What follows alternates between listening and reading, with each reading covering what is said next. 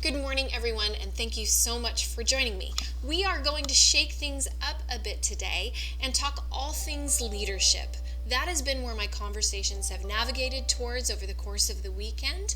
So we are going to talk all things leadership. I've been doing this for 22 years. I got a lot of trial and error under my belt, and these tools will help you navigate gracefully, not only through COVID-19 and this pandemic, but help you navigate your way through leadership throughout your career. It's wonderful to have a solid toolbox of things that you can leverage and reminders to keep yourself honest and focused as you, again, as a leader, navigate your way through this particular situation and ongoingly. So the first is coming from a servant-like mentality. I think my favorite show on television as it pertains to seeing good leadership, and I know it's not all real, but is New Amsterdam, because he starts every conversation with how can I help? And I feel like good leaders come from a place of how can I be a part of the solution?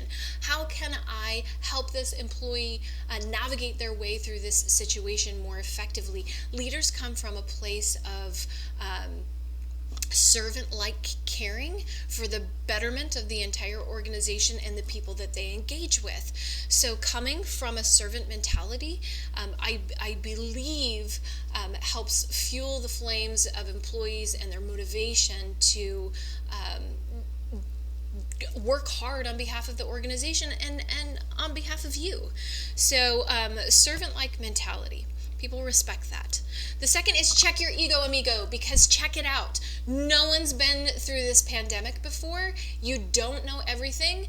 People don't like know-it-alls, and you can't have humility when your ego is in the way. So I always say ego stands for easing greatness out. Some say it's easing God out. In general, it is easing all goodness out as it pertains to leadership, because again, you can't have humility and your ego operating at the same time.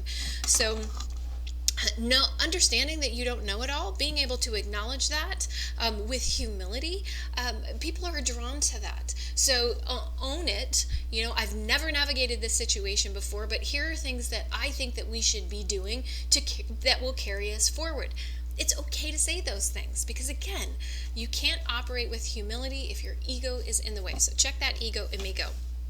The last one is authenticity. And this one took me a long time to navigate my way through as a younger leader, because I thought I needed to be a certain way, and it didn't necessarily correspond with my personality or who I was.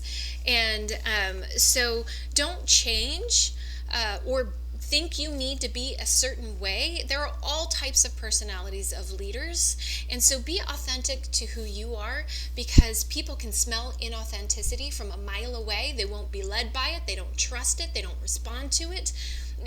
All of those things are what you need in order to effectively lead a large team. And so if you have people that don't trust it because they think it's fake, you are not going to get the results that you want, and you're not going to get the engagement that you want from your workforce. So we talked about 3 things today: coming from a servant-like mentality. Check your ego, amigo, because you can't lead with humility with that ego in the way. And the last one is be authentic, because you are amazing. We've got this. Come back here. Join me tomorrow for more leadership tips, and make it a great day.